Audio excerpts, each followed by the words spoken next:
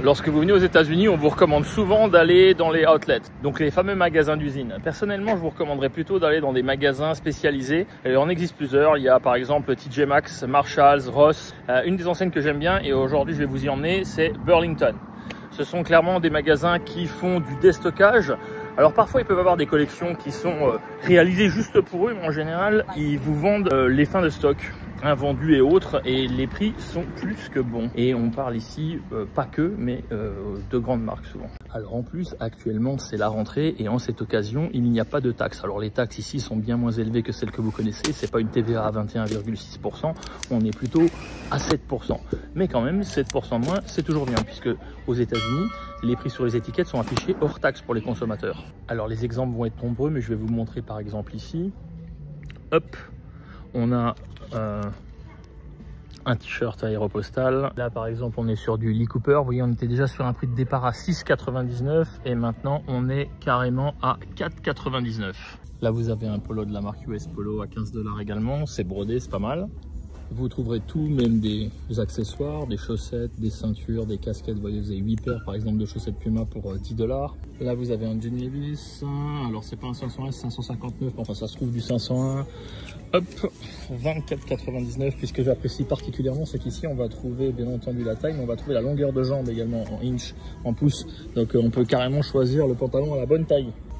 Vous voyez, des ceintures fines, des ceintures plus larges, Calvin Klein, Guess, etc. Et des ceintures à 10 $. Vous avez des ceintures à la marque Columbia, 13 $. Ça fait partie des prix les plus élevés qu'on va trouver. Du Timberland, qui est peut-être aussi un des plus importants. Celle-ci est en cuir à 15 $. Alors bien entendu, il y a d'autres rayons, hein. Mais encore une fois, quand vous voyez un modèle, il n'y a peut-être pas toutes les tailles ou dans plusieurs exemplaires. Et également, il faut fouiller, ça n'est pas aussi bien organisé que ce que cela pourrait être dans un magasin spécialisé. Et bien évidemment, on va trouver également des choses surprenantes, comme des chaussures comme ça en taille 51,5. Toutes sortes d'accessoires, bien entendu, les casquettes à profusion. Et bien entendu, quand vous êtes dans une région, en général, vous avez la casquette des équipes locales. Donc ceci, baseball, donc ça doit être les Tampa Bay Rays. Voilà, Tampa Bay Rays. Vous avez différents modèles possibles et imaginables. Encore et toujours de la casquette Caterpillar. Vous voyez, là, on est à 7,49. Et puis, bien évidemment, des casquettes patriotiques.